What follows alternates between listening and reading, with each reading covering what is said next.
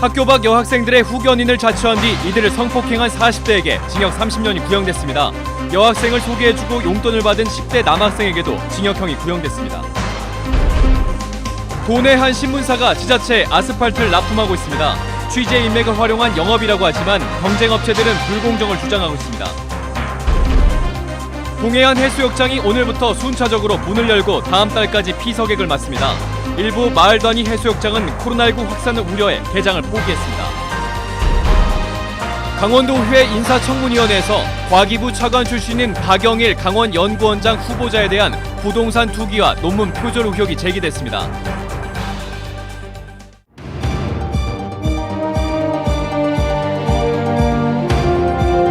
안녕하십니까. 뉴스데스크 원주입니다. 10대 여학생 11명을 성폭행한 40대에게 징역 30년이 구형되었습니다. 심리적 소외감을 겪는 피해자들을 보호해 줄 것처럼 친밀해진 뒤에 범행을 저질렀습니다. 황구선 기자입니다.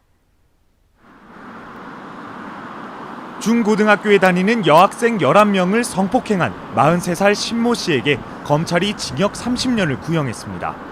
지난 6개월 동안 11명의 피해 학생을 대상으로 63차례에 걸쳐 범행을 저질렀습니다. 학교나 가정에서 소외감을 느끼는 학생과 친근감을 쌓은 뒤 위기에 의한 간음에서 성폭력, 성폭행까지 범행의 강도를 점차 높였습니다. 검찰은 심 씨가 피해 학생들의 후견인을 자처한 뒤 수십 회에 걸쳐 성폭력을 휘둘렀다며 구형 이유를 설명했습니다. 직장인 심 씨에게 여학생들을 소개해주고 용돈을 받아갔던 17살 A군에게도 최소 징역 2년 6개월을 구형했습니다. A군은 피해 학생들을 보호해준다고 회유하거나 이른바 일진을 불러서 폭행할 것처럼 협박한 뒤 심 씨에게 연결해준 것으로 알려졌습니다. 심 씨 범죄는 사춘기, 급격한 심리 변화를 겪는 청소년을 심리적으로 지배한 뒤 성폭력을 가하는 일종의 그루밍 성폭력으로 해석됩니다. 성 정체성이 흔들리는 청소년들을 보호해야 할 성인들이 오히려 이를 악용하여 성 착취의 대상으로 삼는 범죄가 잇따르고 있습니다. 전문가들은 가해자 처벌도 중요하지만 학교와 지역사회 차원의 심리적 결핍을 겪는 청소년 보호책 마련이 시급하다고 조언합니다. MBC 뉴스 황구선입니다. 도내 한 일간지가 지자체에 특허받은 아스팔트를 납품하고 있는데요. 영업에 나선 책임자는 직전까지 시청을 드나들던 기자였습니다. 해당 신문사는 인맥을 활용해서 영업을 해온 것뿐이라는 입장입니다. 이병선 기자입니다. 도내의 한 신문사는 지난 2014년부터 지자체 도로 보수에 쓰는 개량형 아스팔트, 통상 개질 아스콘이라 부르는 물품을 납품했습니다. 원주와 춘천, 강릉에서 6년 동안 발주한 45건 가운데 단 8건을 제외한 37건, 18억 원 가까운 금액을 따냈습니다. 특허가 있는 제품이라 경쟁 입찰을 하지 않고 수의 계약을 할 수 있는데 자치단체가 계약 대상을 해당 신문사로 정하고 있는 겁니다. 일단은 이게 계속 써왔던 거고 계속 품질이 어느 정도 인정되는 거니까. 법적으로도 문제가 없고 정당한 영업을 하고 있다고 볼 수도 있습니다. 하지만 경쟁업체들은 지역 연고 기업이고 자체 특허도 있어 기대감을 갖고 영업을 시작했지만 잘 안 됐다. 신문사와 경쟁하는 게 쉽지 않더라는 반응을 보였습니다. 공정한 경쟁이 아니라는 겁니다. 기자라는 직업 특성상 취재를 이게 한 가지 하는 게 아니잖아요. 그러니까 여기도 들려야 되고 저기도 들려야 되고 뭐 이렇게 이슈가 있나 둘러봐야 되고. 근데 우리가 불러볼 때는 다 하는 데밖에 없는 거예요. 해당 신문사는 계약 과정에서 어떤 식의 편의도 받은 게 없고 오히려 신문사이기 때문에 압력으로 비칠 우려가 있어 영업에 어려움을 겪는다고 밝혔습니다. 또 현직 기자가 영업하는 일은 없고 영업은 각 지사장 등 책임자를 중심으로 이루어진다고 강조했습니다. 하지만 일부 지역의 영업 책임자는 직전까지 지자체를 출입하던 기자 출신입니다. 신문사 관계자는 취재로 쌓인 인맥을 활용하는 거라고 항변했지만 적절한지에는 의문이 들 수밖에 없습니다. MBC 뉴스 이병선입니다.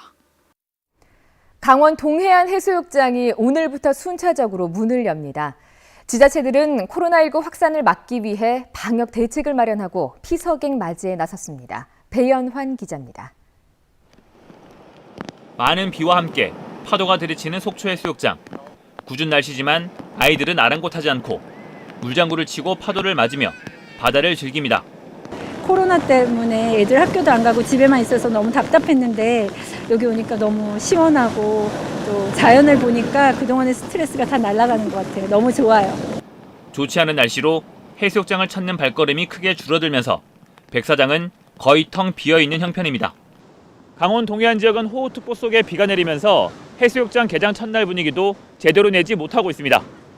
속초와 고성, 삼척과 양양의 60개 해수욕장이 오늘 개장해 다음 달까지 피서객들을 맞이합니다. 동해시는 오는 15일 해수욕장을 개장하고 강릉의 해수욕장은 가장 늦은 오는 17일 문을 열 계획입니다. 일부 마을 단위 해수욕장들은 코로나 확산 등을 우려해 개장 자체를 아예 포기했습니다. 동해안 지자체들은 해수욕장 입장객 출입 관리 시스템 도입, 파라솔과 비치베드 거리두기, 시설물 소독 강화 등 방역 대책을 도입해 시행합니다. 속초시는 백사장 출입구를 한 곳으로 제한하고 전신 소독기 설치를 마쳤습니다.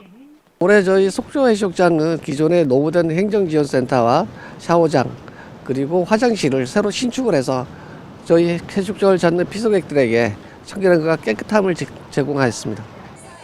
여름 해수욕장에서 열리던 공연과 축제 등은 사실상 모두 취소됐습니다. 해외여행이 막히면서 피서객 상당수가 동해안을 찾을 것으로 예상되는 가운데 지자체마다 긴장 속에 방역에 총력을 기울이고 있습니다. MBC 뉴스 배현환입니다.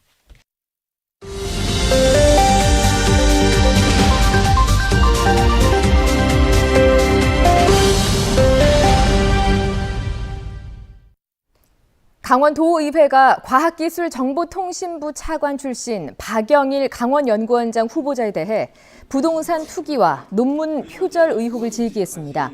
도의회 인사청문특별위원회는 오늘 박 후보자와 부인이 수도권 아파트와 농지 등을 대량 보유한 것에 대해 투기 의혹을 제기하고 논문에 대해서도 표절 가능성이 있다고 지적했습니다.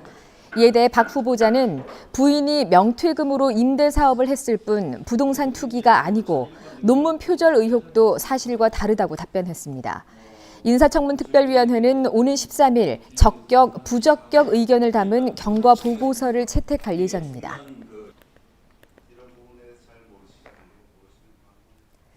(8월) 초 여름휴가 분산을 위한 7월 특별 여행 주간을 맞아 원주 웰컴데이가 운영됩니다.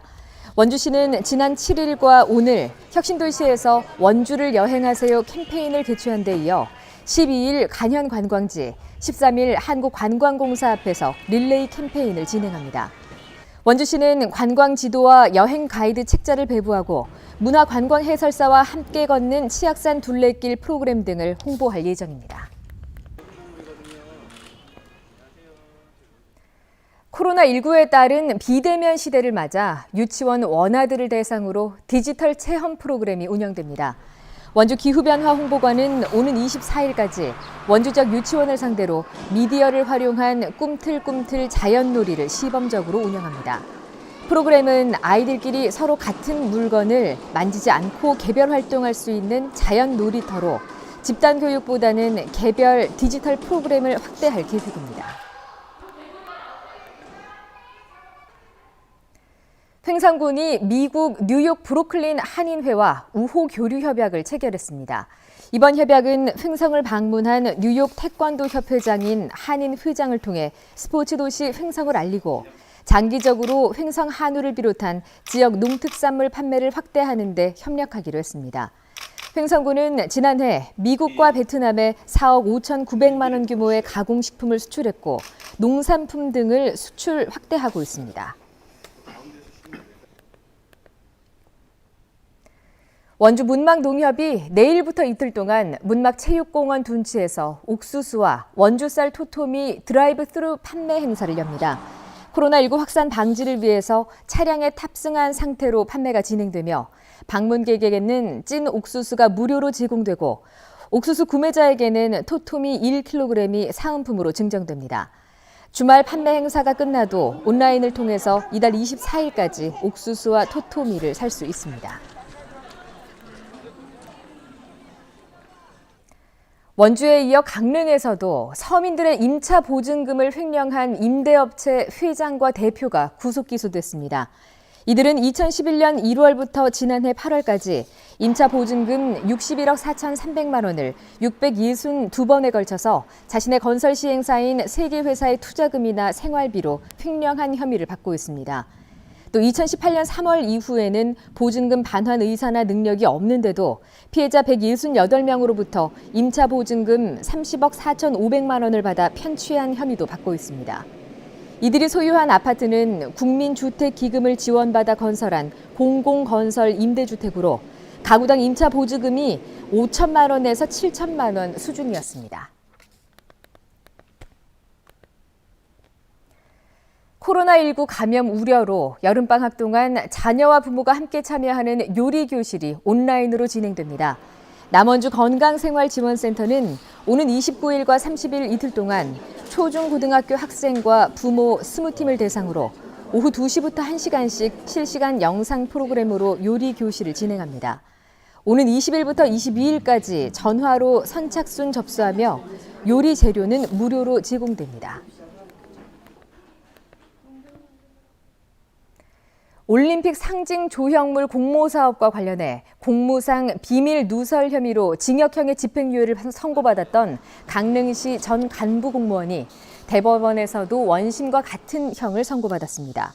대법원은 강릉시의 전 국장급 공무원 A씨에 대한 상고를 기각하고 징역 6월에 집행유예 2년을 선고한 원심을 확정했습니다. A씨는 공무원 재직 시절 브로커에게 공모사업 심사위원 명단을 전달한 혐의로 지난해 기소돼 직위 해제됐습니다. 박원순 서울시장의 미투 피고소와 사망 소식이 전해지자 지역 정치권도 충격에 휩싸였습니다. 더불어민주당 강원도당은 박 시장이 무사하길 고대했지만 비보가 전해지자 황망한 분위기입니다. 박 시장이 서울시장이어서 도내 분향소는 설치하지 않기로 하고 서울대병원 장례식장에 마련된 빈소를 찾아 조문할 예정입니다. 서울시 비서실장과 정무수석을 역임했던 허영 의원은 오늘 새벽부터 고인의 시신이 안치된 서울대병원 장례식장을 지키고 있습니다. 영월 청소년들이 영월 군수와 교육당국을 상대로 청소년 정책을 제안했습니다. 뉴스데스크 원주를 마칩니다. 시청해주신 여러분 고맙습니다.